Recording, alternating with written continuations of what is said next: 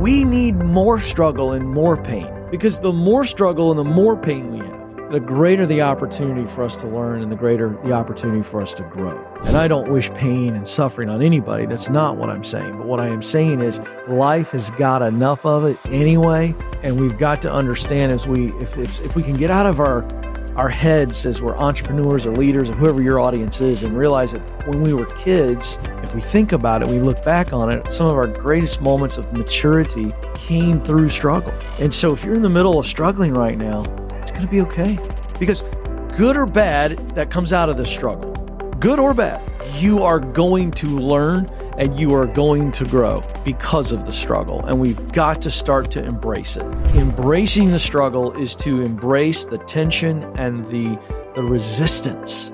And it is the resistance that allows the plane to take off.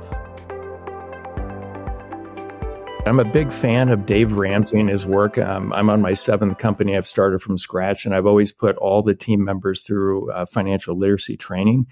And I certified one of my aerospace companies a number of leaders in the Financial Peace University that Dave Ramsey has.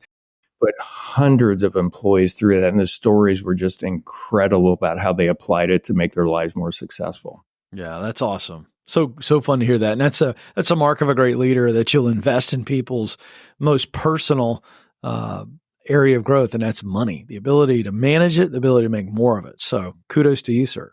Yeah, the way I thought about it is when folks are distracted and not as productively engaged as possible, usually it's finance or health. That's right. And so we'd always do a lot on the wellness side with everything that I've done, but the financial piece of it foundationally was just so important for the families. And the stories, like later somebody would introduce themselves. Hey, you don't remember me. I dated one of your engineers. We're now married.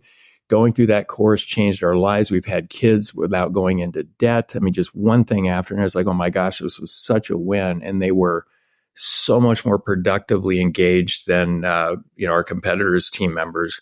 Why do you think more companies don't do things like that for their team? Awareness. They aren't thinking about the type of things that you're thinking about. The statement that you made, that when I see engagement off, it's probably because of money issues or health issues, or you could throw family issues into that. And so that's an aware leader. So companies have to be aware. I think that a second reason is they're aware, but they don't think it's as important as other objectives. I saw something recently in an article, I shared it on my show, that 80% of companies think that investing in personal development of their employees is important, but only I think 5% do. And then of the 5% of companies that actually invest in kind of personal growth or professional growth for their team, they're only spending about $500 per person. We spend more per person on snacks and coffee and pizza parties on Friday afternoon or whatever. So I do think that it just gets lost in the shuffle. And I think that leaders, they just don't understand the sheer value, the return on investment when you invest in your people. And it's because I don't think most leaders realize this. People that work for you, they aren't working for you because they have this inherent need for a better job. So then they chose you because they thought, well, this is the next best job. And to the extent that I can keep them thinking this is the best job, they're going to stay with me. That's not what's going on in people's heads and hearts. I believe that people want a better life. And if you look at the classical thinkers, Socrates and John Locke, and as this concept of the pursuit of happiness grew throughout history, people want a better life, and the ability to make a living and increase their income is completely tied to the freedom to live the life that they desire to live. And I think we all know that. When I say that, nobody's going, oh, that's a head scratcher. I've never thought of that before. But I just don't think that that's on the front of leaders' minds. It can't be, because if it was, then they would invest more in their people and not just care for them and be kind to them and give them opportunity, but literally spend dollars investing in making people better. Yeah, I experience the same. So when leaders say, and it's just about all of them, our people are the most valuable asset, we should invest in them and do all of it, but 5% actually do. I put the other 95% into this category I call business virtue signaling. Let's all say the right thing so it looks, feels, and sounds right, but we're not really doing it. And one small example on my side, this aerospace business I mentioned, took 23 years to get there, went from 3 employees to over 500. And when we sold it, we got a 21.6x multiple. And it was because of doing these things, really investing in the folks, the financial literacy training, the wellness, culture, the emotional energy value creation that leaders had, as well as the spiritual side in the context of a business. I think of it as connectedness, to yourself and everybody else around you and everybody we touch. It really does make you a lot more money if that is what's important to you. But if you don't cultivate all three, I could never make that much money, going through. Talk about that a little, like the importance of doing all of it. Money's important, right? Super important, but you have to cultivate the other stuff. Well, look, if people don't want to be there, they're not going to stay there. So when you simplify it to that and you go, all right, what kind of environment? What do I need to do to create an environment that people want to stay here? They want to be here. Because if they want to be here, then there's a greater chance they're going to stay here. And I just think it's that simple. It is an intentionality. And I think you actually laid it out. I would just say that there's a big disconnect between what we say versus what we do. And what we do is what we value. Well, and so the virtue signaling is spot on. I think that was great analysis. And so, but we are in a very interesting leadership crisis in the world of business today. And I don't think it's just an American problem. I think it's a global problem. But the pandemic set into motion what I believe we will look back on from this point to the beginning of work. I think we'll look back on the post-pandemic, this 3 to 5 years, and what the pandemic put into place. I think we'll look back on it and say it shaped the world of work more than anything we've ever seen before. And I think that's going to be because people said, you know what? It made me reassess my life and its relation to work. And so we're still in that tension, figuring that out. Yeah, I think you're 100% spot on there. So many people complain about where they work, just not happy. I feel like culturally in the United States, more and more people are an expert on what's wrong with things and people and why stuff won't work, especially their jobs. And then, the book starts out kind of finding clarity around your superpowers, discover what you're meant to do. And I was really curious. So you obviously had a passion for politics. You got started that way. And then, wow, it just didn't feel right. And you talk about, and this is a little bit later in the book, you can have the dream job, but still be miserable for a number of factors. Was that the case there, or was that just the wrong pick for you? It was the wrong pick. The circumstances had changed for me. So when I'm 16 through the age of 23, 24, I'm convinced that politics is the path. Then the circumstances changed in what I saw in the environment there politically on both sides of the aisle. My eyes were open, as you mature and you see more, you begin to see, well, this is what it's like up there. And I began to doubt the efficacy of, could I make the change in people's lives in politics that I thought I could? And the answer came back to no. And so you're young and you're like, all right, so if it's not politics, what is it? And what I realized years later is that politics was just a venue. Broadcasting is the venue, or speaking, communicating, whatever is that venue now. But the people in the stands, that's what it was always about. And the only reason I even looked at politics, even as a 16-year-old, very immature, very idealistic, was that my mom and dad had modeled a love of people my whole life because they were in the ministry. And they transferred that to me. I saw it and I have always wanted to help people. Now, first of all, that does not make me unique at all. I've had the most confused caller call on my show, and they'll say, Ken, I don't know what to do with my life. And I go, well, tell me what you do know. What do you do know? What would you like to do tomorrow? I just want to help people. Everybody wants to help people. So we kind of all start right there.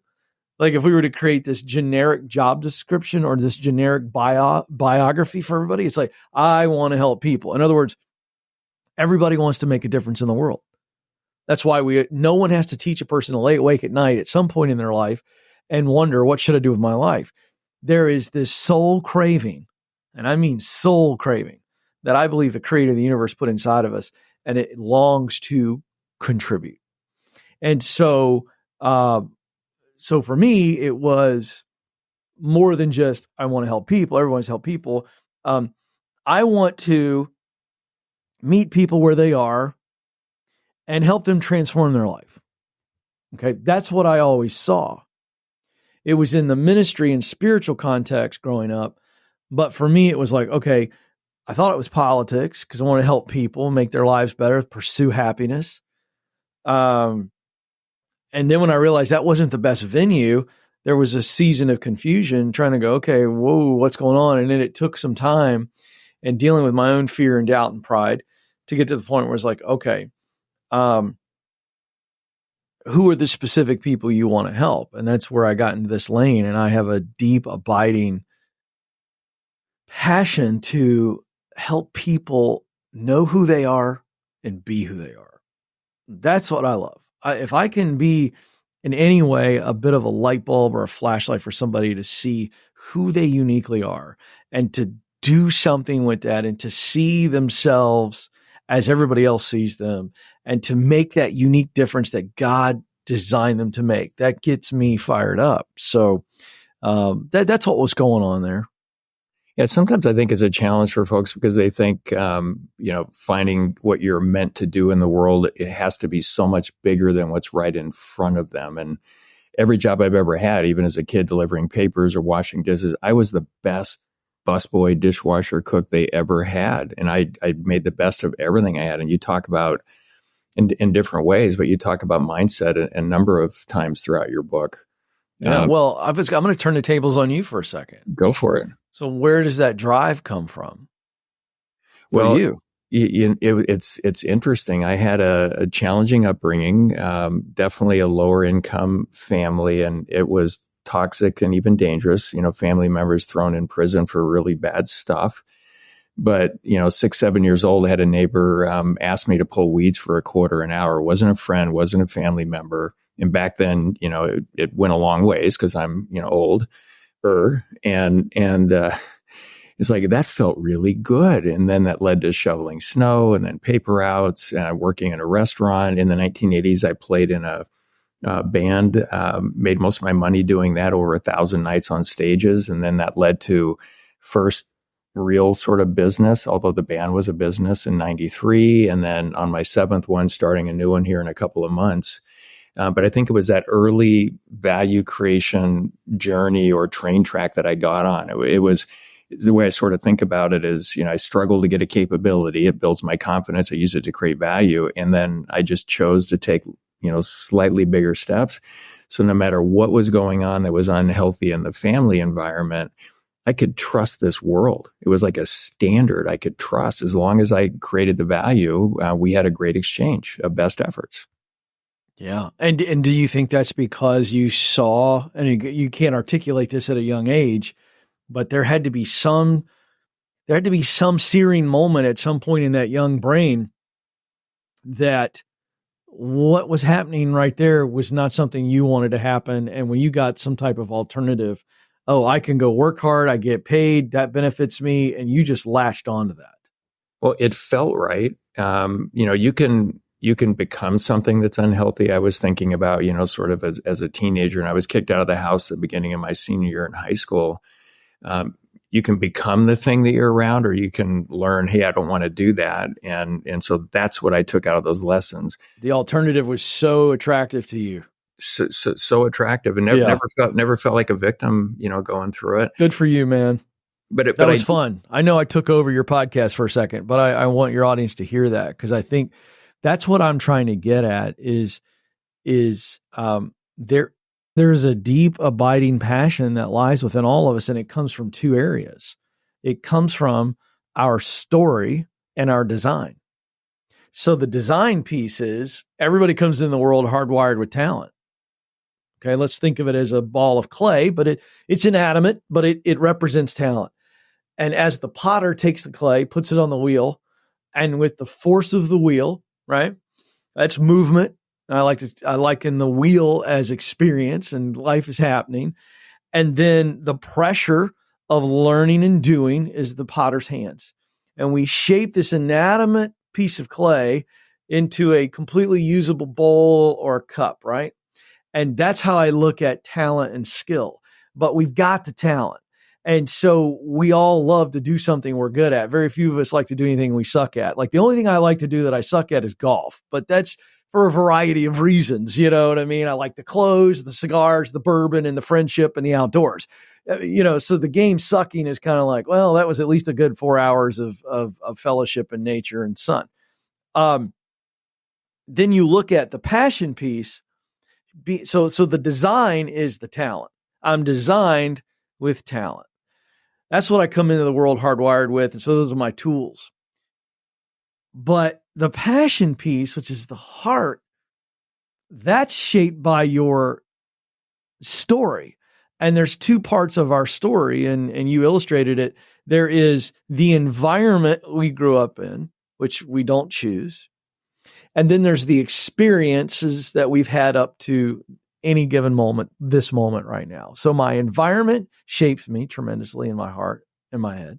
And then my life experience, that's the good, the bad, the ugly, that's happened to me, or shall we say happened for me. And so understanding that passion, the root word, the reason I use the word passion for work that we love, because I think we all get it. We use it in that way anyway, but the root word of passion means to suffer. And if you love something, think of a Kobe Bryant or Tiger Woods in the athletic world, where they just were known for maniacal practice, suffering, hitting balls until their hands bleed.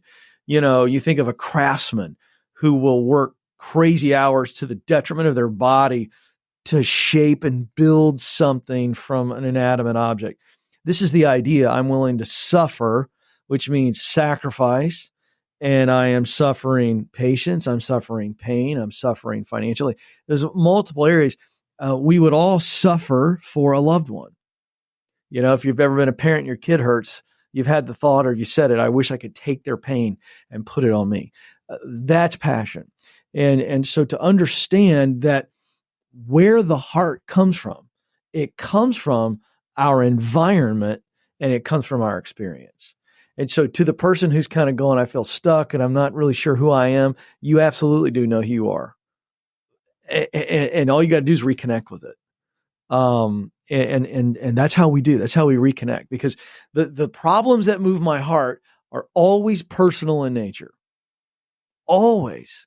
So a business solution, an entrepreneurial idea, a product that you want to sell, you've got to have the value connection, and the value connection comes from passion, because I know that my environment and my experience has shaped the way that I value things. So that's I don't want that to come across too philosophical, but it really is. And we've got to understand that we are all shaped.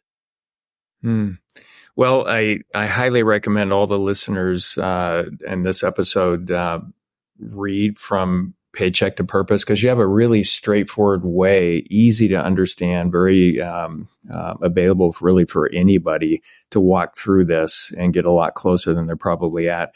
So as I'm going through the book, I'm answering questions, and I was thinking about talent, passion, and mission, and I wrote down talent, simplifying complexity.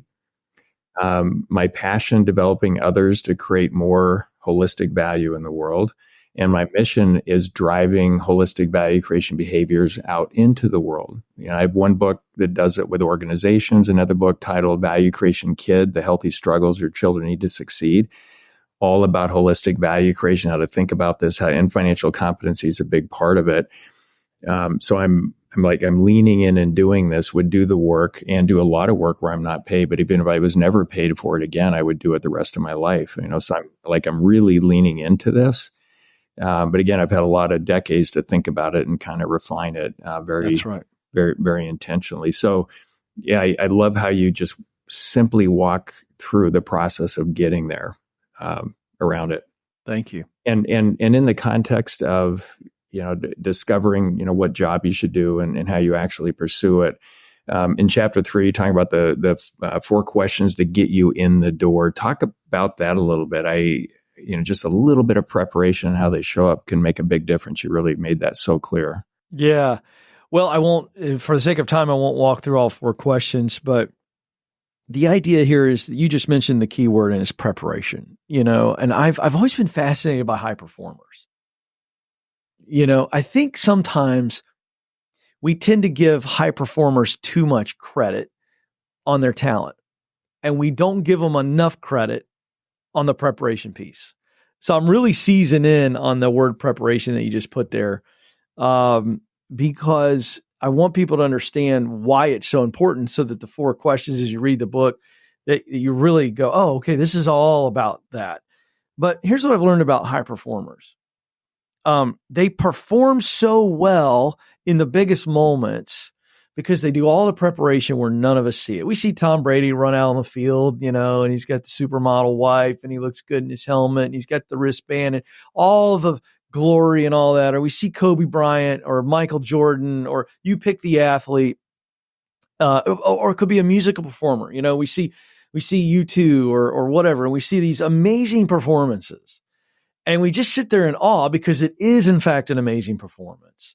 And we sit there and we go, good gracious, they're talented. And they are. But it's the preparation that is the magic of the performance. So, for instance, my favorite example to use in this is, a Tom Brady or a Joe Montana or a John Elway, a Brett Favre. I could name several other quarterbacks. The greats were always unbelievable under pressure with no time on the clock and no timeouts. And they just could move a team down the field. Well, this is really fun. There's 2 things that are happening there. Number one, they have tremendous confidence that they can do it. And because they have confidence, that confidence is transferring to the rest of the team. They just believe. And I don't know if there's a greater leadership ability in all of the world than to transfer belief. And you can't force it. You cannot manipulate belief on people. But man, if you possess it, it just rubs off of you. It's just, you walk in the room and belief just starts going boom, boom, boom. It starts jumping off your body, if I could use a really silly, cheesy example, and it jumps on everybody else. And I've seen it over and over again. I've watched a lot of sports in my time. All right. And I've seen it with leaders in business. I've seen it. And so understanding that, the preparation. So Brady has watched so much film. He's watched the 2-minute defense of the team he's playing. He watches how they substitute in those 2 minutes or less. He's watching what their coverages are. What do they do in long yardage, short yardage, whatever. He's just watching it, watch it. Then they are running that 2-minute drill all the time in practice. Every NFL team are doing it every week. They're running the 2-minute drill. They're running it so that when this happens, what's going on? Well, what's going on is instinct takes over. See, we don't have time to call plays. We don't have time to huddle.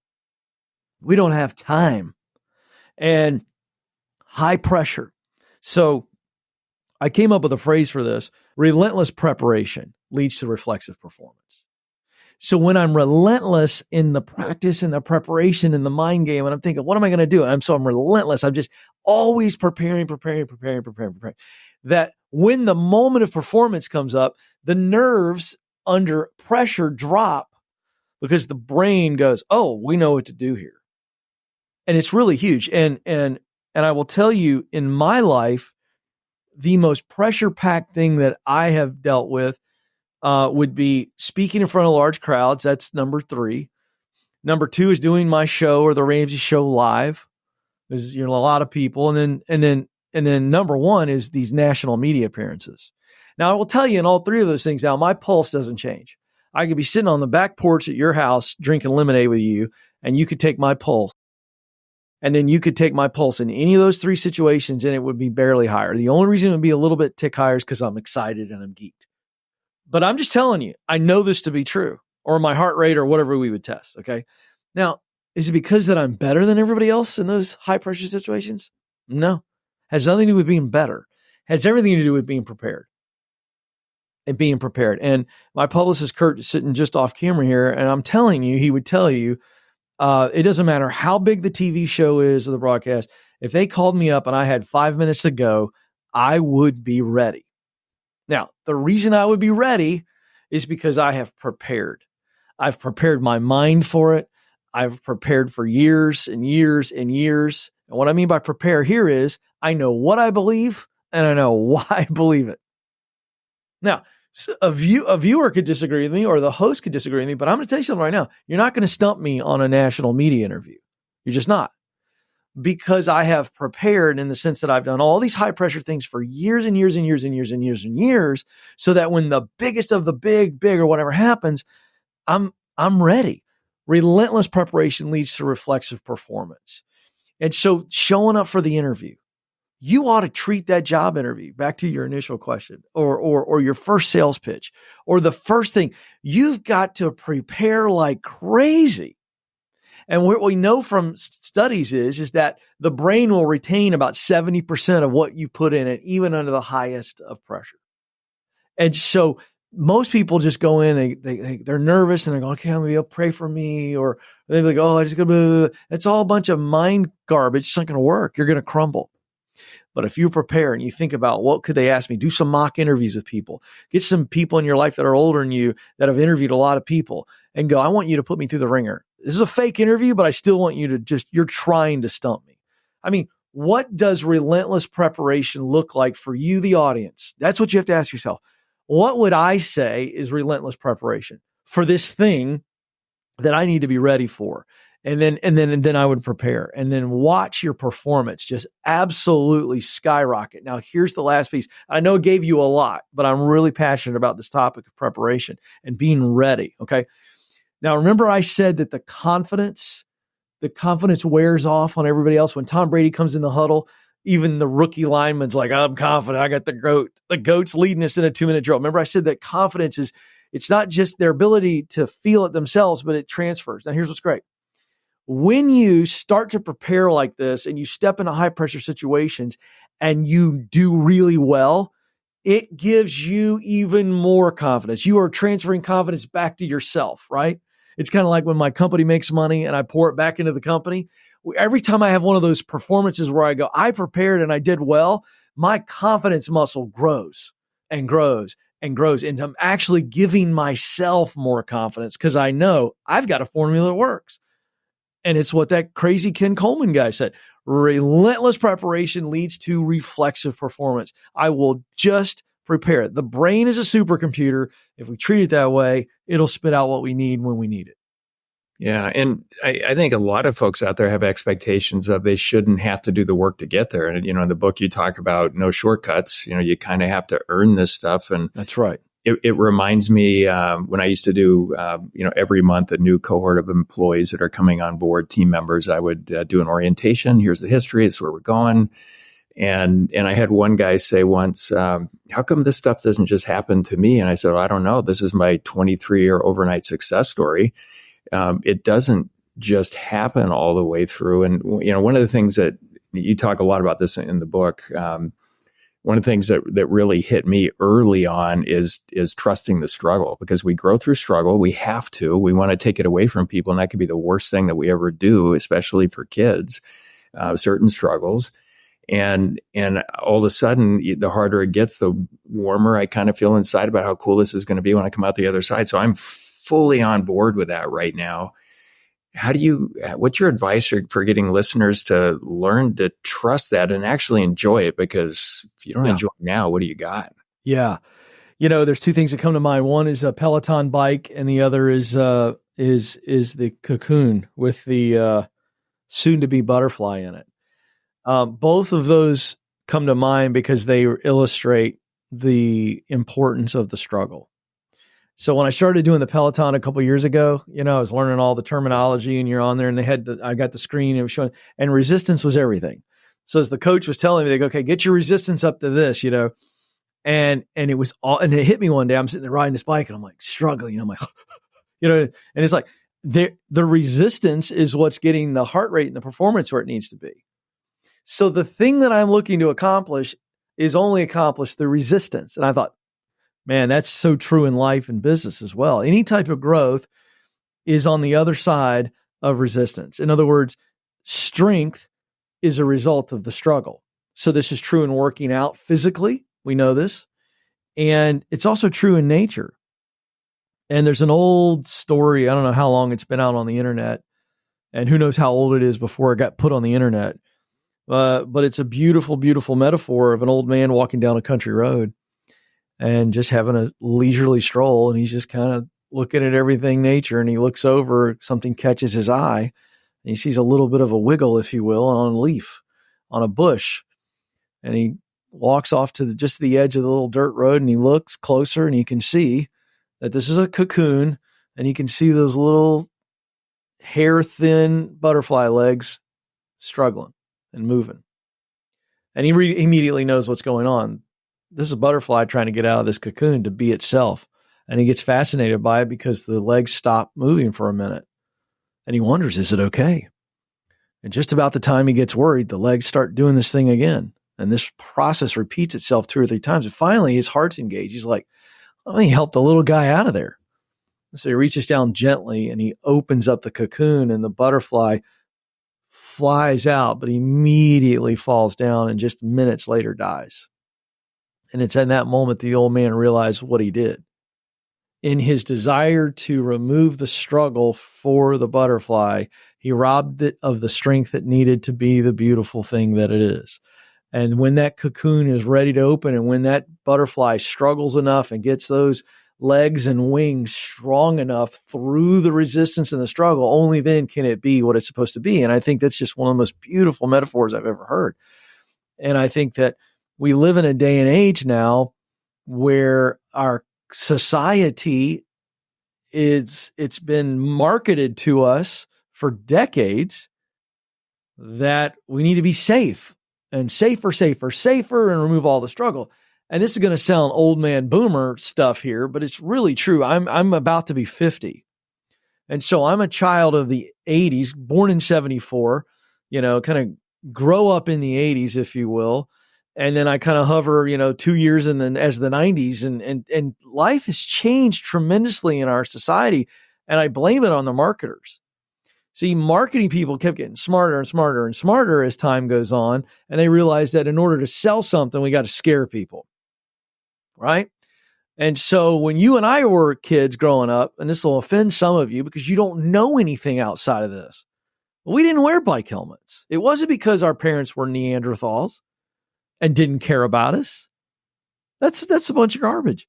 It's just we hadn't been marketed to that anybody needed a bike helmet. You know why we didn't need a bike helmet?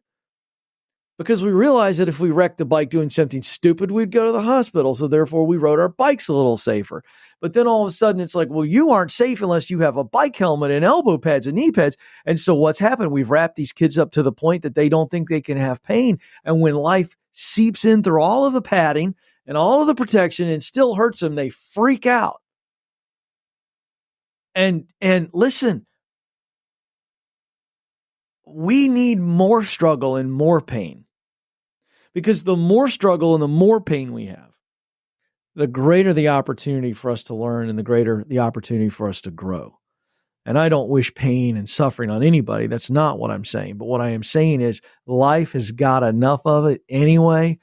And we've got to understand if we can get out of our heads as we're entrepreneurs or leaders or whoever your audience is and realize that when we were kids, if we think about it, we look back on it, some of our greatest moments of maturity came through struggle. And so if you're in the middle of struggling right now, it's going to be okay. It's going to be okay. Because good or bad that comes out of this struggle, good or bad, you are going to learn and you are going to grow because of the struggle. And we've got to start to embrace it. embracing the struggle is to embrace the tension and the resistance.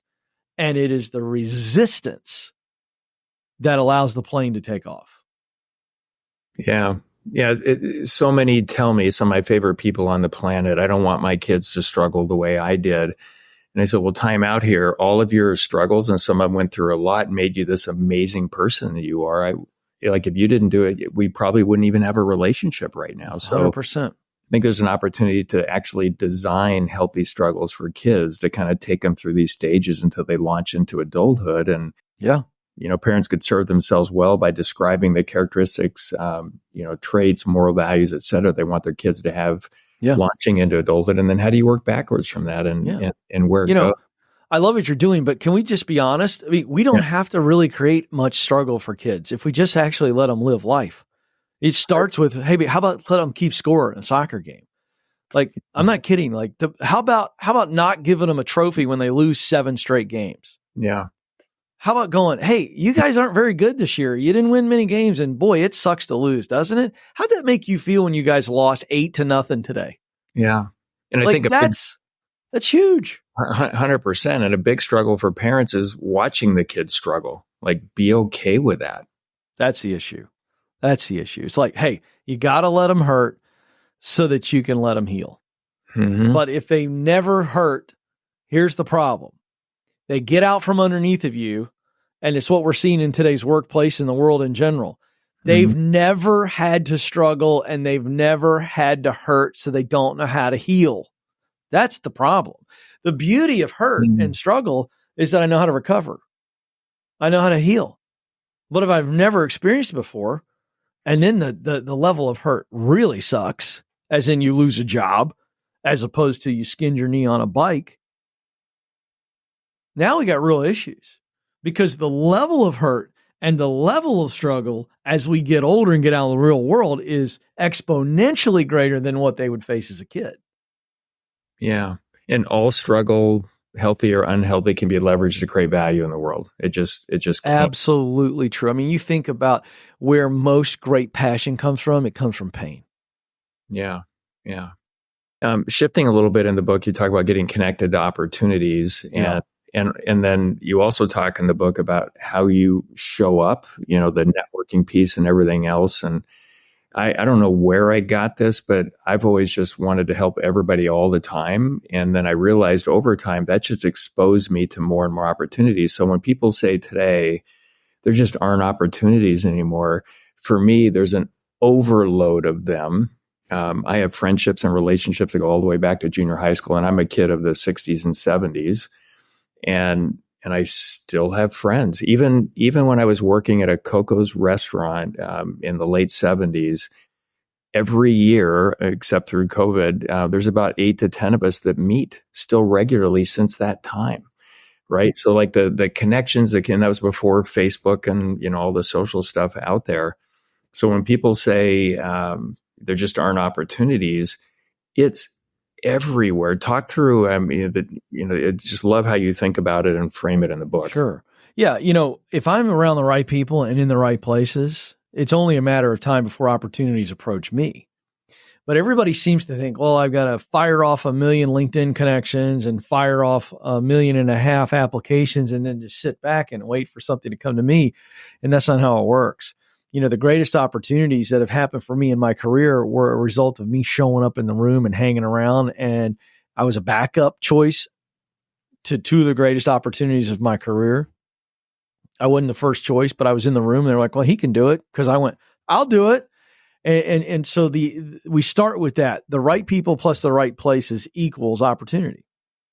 Now, I'm not saying it's going to happen fast for you. It happens for some faster than others. But to your question, when people are going, I just can't catch a break, or there aren't any opportunities. Here's the problem. You aren't in the right places and you aren't around the right people, so you can't see them. But you hang around guys like you and me, and we're always intentional. Like after this interview today, I'm going to hang out and have cigars with probably 10 or 12 guys. Every one of them is a multimillionaire. Every one of them. Now, do I have an agenda today? Nope. I'm not going in there and having a cigar and here's a pro forma, or I'm hanging out. We're just having a conversation. Who knows what we're going to talk about? But I can tell you this, when you have cigars or whatever it is you want to do with multimillionaires and successful people, and you keep hanging out with those people on a regular basis, your life's going to be better. There will be some opportunity at some point for you if you continue to show up and get around the right people and get in the right places. Opportunities come to us if we're doing it right. Opportunities come to us when we least expect it if we're doing it right. And so in those moments where we really need something, if I have already been connecting, so that when my opportunity of need comes up, it's a lot easier to fill the need. And so it's ABCs for me. Always be connecting. Always. Every week. Somebody you need to be having coffee with, having lunch with. And you're not a vampire. You're not going in there trying to suck an opportunity out of them and leave them for heap. No. You show up learning. You show up with a spirit of humility and hunger.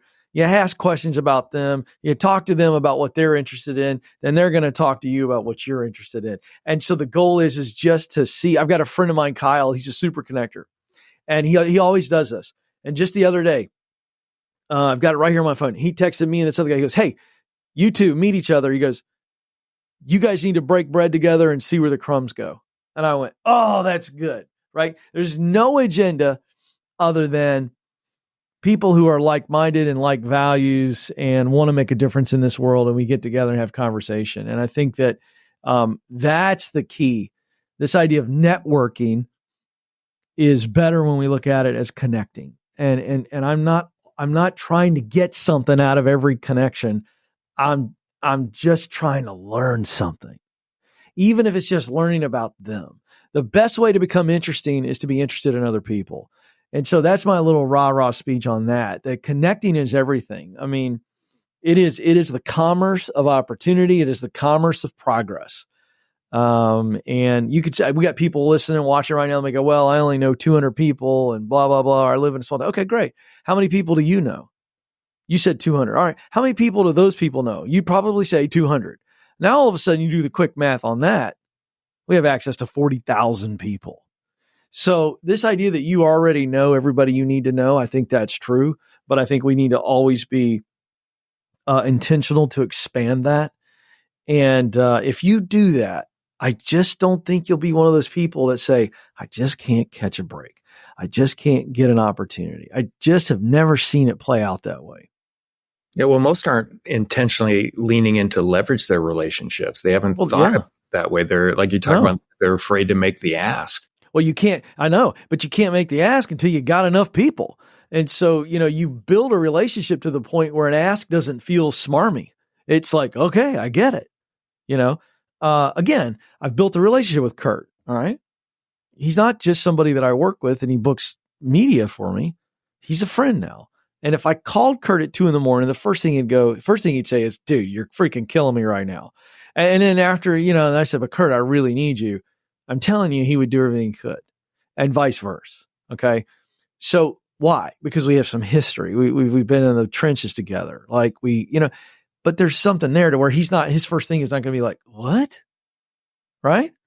So that's the idea. To answer that question fully, I need to be building relationships to learn and to grow and to find more opportunities to do. That's why relationships and connections matter.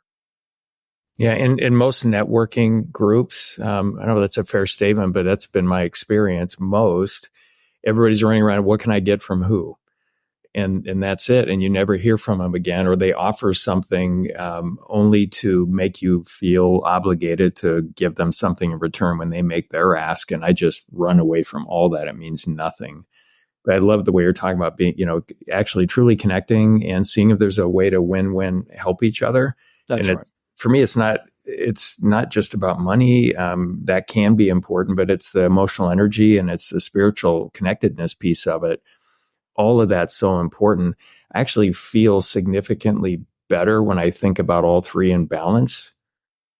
Can you talk about that? Because there are those, money is super important, should be cultivated. I don't even like preface it by saying, "Hey, it can't be the most important thing." No, it's an important thing. And these other two things are wildly important as well.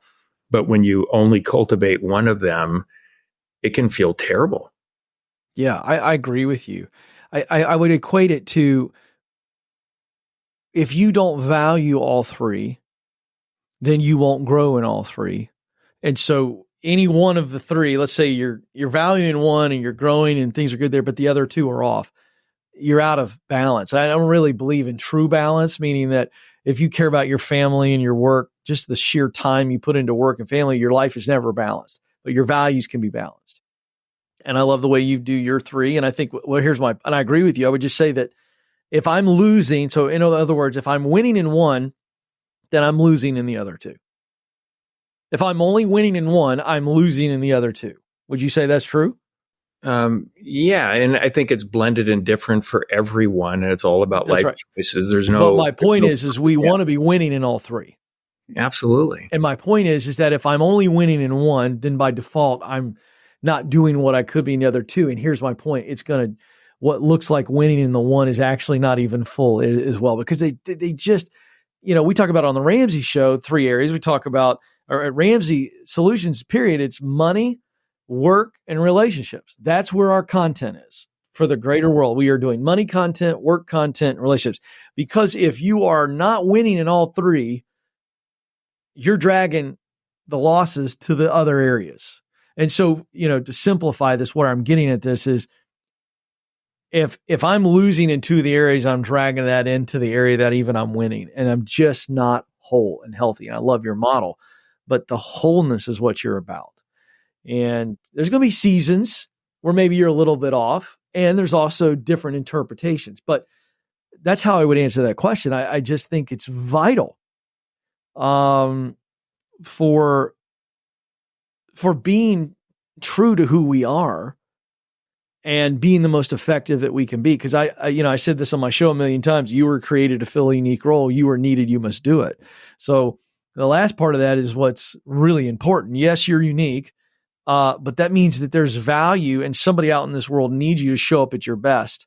And to the extent that you're not showing up at your best, then you're letting others down and ultimately yourself down. Yeah. Yeah, 100%. I think of when people say, hey, what's the scarcest commodity? Most will say time or health or something like that. But I think of the scarcest commodity as emotional energy, because when it's on 10, I can do anything. Leg falls off, I've got another one, no big deal. If it's on, 0 or 1, I get a flat tire, it runs my week. And I think in some of your podcasts that I've listened to, you talk about leadership and what capable leadership really looks like. I think positive emotional energy is the X factor for leaders. And I think we agreed that the scarcest commodity on the planet in terms of how people show up is capable, virtuous leadership. And that's causing all the problems out there. What are your thoughts around, we could talk 3 more hours around this, but What does it mean to be a capable and virtuous leader, and why is that so important? Yeah, I love that. Well, let's talk about the virtuous part, because I think it makes you capable. And I love that you put, I think virtue is everything. It's crazy. I'm reading a book right now, and I want to get the title right, because I read so much, and I usually have 7 books going at once. And I got to pull this up because this is so timely. And I appreciate, I want to get it right. Where is that app to where I can tell you what it is? Oh, here we go. Bear with me. 20 seconds. Okay. It's called The Pursuit of Happiness. I thought that was the case. And so the name of the book is The Pursuit of Happiness. And the author has gone in and he has done all this research on the founding fathers of America and how they wrote about the pursuit of happiness. Now, we know it famously from the first line of the Declaration of Independence, right? Life, liberty, and the pursuit of happiness. Well, this is not a Jeffersonian idea at all, and it's probably coming from John Locke, that influenced a lot of the founding fathers, but it was not Locke's idea either. Locke expounded on it, but we can see it in the classical writers, the Socrates, the Ciceros, those Roman philosophers. And so anyway, all that to say, in reading this book, The Pursuit of Happiness as defined by these classical thinkers in John Locke, and then espoused by our founding fathers in America, is about virtue. So you got me all excited, and you hit me in a great nerdy nerve here on virtue. So what does it mean to be a capable, virtuous leader? Okay. And it's really, if I'm virtuous, then we can talk about capable, but I don't think you could be capable if you aren't virtuous. And what I mean by that is the very idea of virtue, and this gets me so excited, is in a leadership role, virtue is about caring for the people you lead, caring for them. And I think we use the shepherd analogy. I really do. You know, the rod, the staff, the shepherd uses, he can hook the sheep by the neck and pull the sheep back, protecting the sheep. He can attack predators. The very idea of shepherding and leading that way, I think, is so beautiful, because you've got a flock of people, a flock of sheep, whatever. And the shepherd's sole job is to take care of the sheep. And so I think the leader, a virtuous leader, is saying, I am in this honored position, yet steeply responsible position to protect, care for, serve, guide, exhort, whatever, influence. I mean, we could go 1,000 words, but if you wrap all of those words into it, it is still an act of caring for the people that you lead. So whatever the illustration, it's still care. I'm caring for them. I care enough about them to promote them. I care enough about them to give them a raise. I care enough about them to develop them, all that stuff. So that's a virtuous leader. It's about we, not me. Jim Collins calls this a level 5 leader in his legendary research that we all know from Good to Great. And he talks about the level 5 leader. They had this unbelievable combination of crazy drive, like intense drive for excellence, but radical humility. In other words, when we win, I win, not the other way around. And so a true leader, a virtuous leader, to use your word, is someone who is we focused. And the we being, I am put in charge of these people, and I've got to care for them and do my best to make their abilities used at their best, to care for them so they can care for their kids and their wife. I mean, that's a virtuous leader. It's we, and the we is just, I've got this really intense responsibility, and we collectively have to win, and at which point I win as a leader. So that's the virtuous leader. Now, the capable side of things is, I think a capable leader has to meet 3 needs.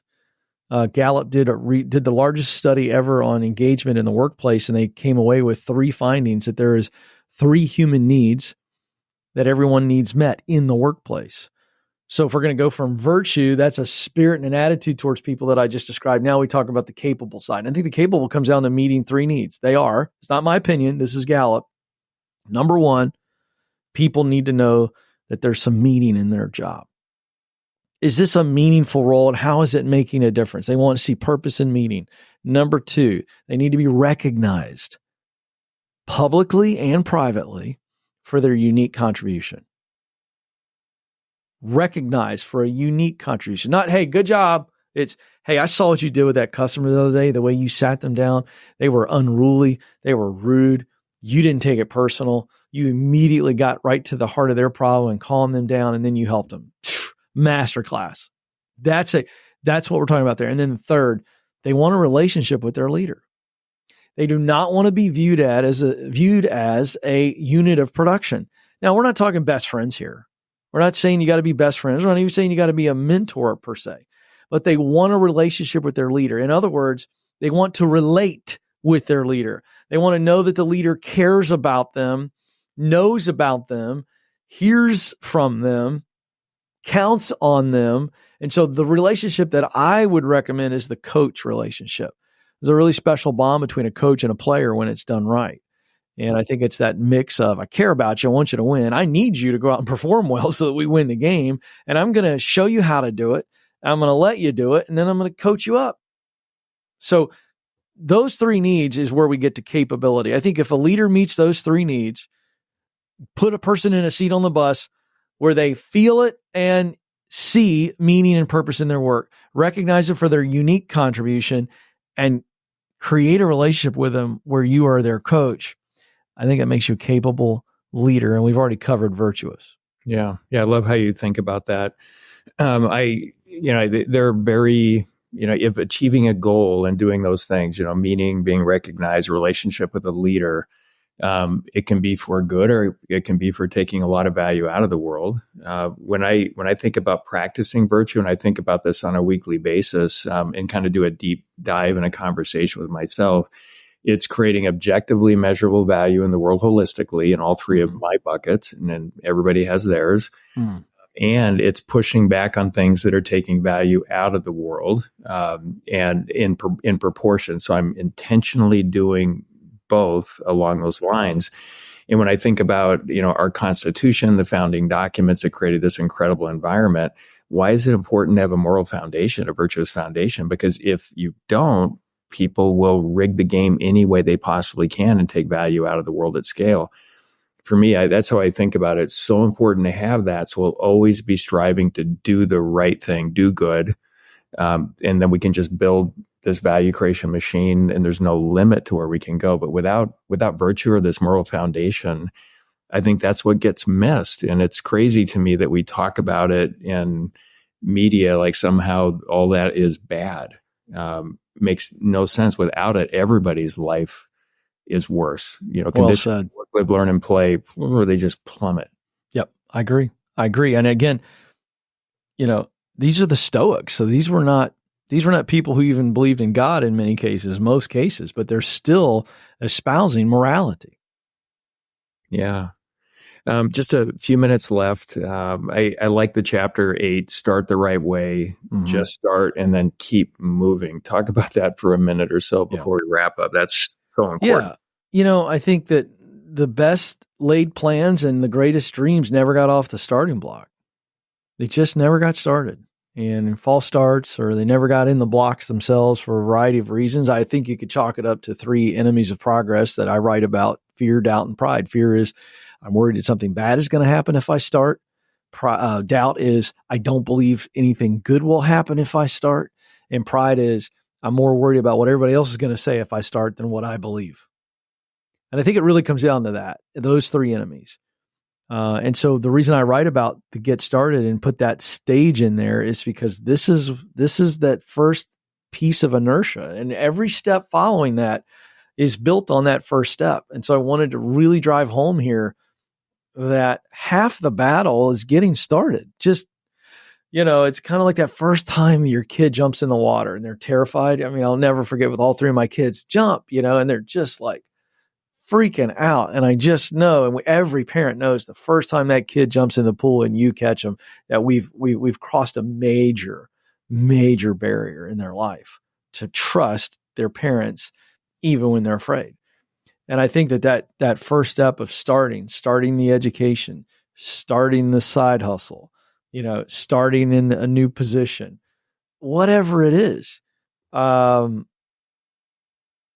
it's just so crucial to growth. It's because it represents, yes, I'm scared. Yes, I'm insecure. Yes, I'm worried that I'm going to look silly and everybody's going to say something about it, but I still think I'm supposed to do it anyway. It is the moment that conviction sets in. And conviction is where courage appears. Courage doesn't just, you can't summon it. Courage is a byproduct of clarity. And I know who I am. I know what I want to do. I know why I want to do it. I'm afraid, I'm doubtful, I'm prideful, and I know I still have to do it. And that's that confidence and conviction that then turn into courage when we most need it. And so learning to take those first steps is something that you will, again, have to build a muscle for. So sometimes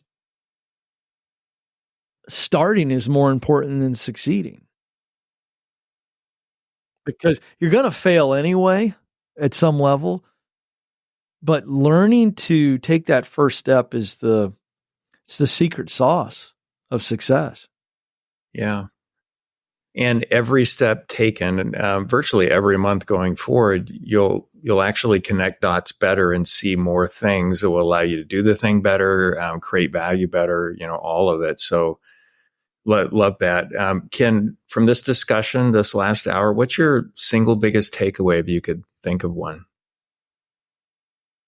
I love the just kind of the reiteration when you threw virtue at me. It was so fun because I'm literally in the middle of this book and I'm learning about the great thinkers and the great leaders of history and how important they felt it was to be virtuous. And I think that is, we need more and more of that. So that was fun to kind of, because I haven't spoken about it. I've not spoken to anybody about that book. So that was a fun takeaway to kind of digest quickly and try to give you a snapshot on that. And honestly, I'm really, really passionate on this issue of helping leaders simplify leadership. It feels complex, but it's actually not. And even in the most complex moments, simplicity is always the answer. Always. And so that was fun. All right, great. Thank you. And I'm going to pick up the book, The Pursuit of Happiness, and read through that here in the next. Great read. I think you'll love it. It's fascinating. Straight from all these people's notes. So their personal correspondence and letters. So it's pretty fascinating. Yeah. And Ken, if people want to know more about you, where can they go? KenColeman.com. Very simple. And we've got all the connections to all the different platforms that the show is on, books, products, and other resources. We have a lot of free stuff there as well, KenColeman.com. And they can connect with me on social media at Ken Coleman. All right, great. And Ken, I've loved this conversation. I hope we get a chance to chat again. Yeah, love that. Really, really like the way you think about things. Thank you.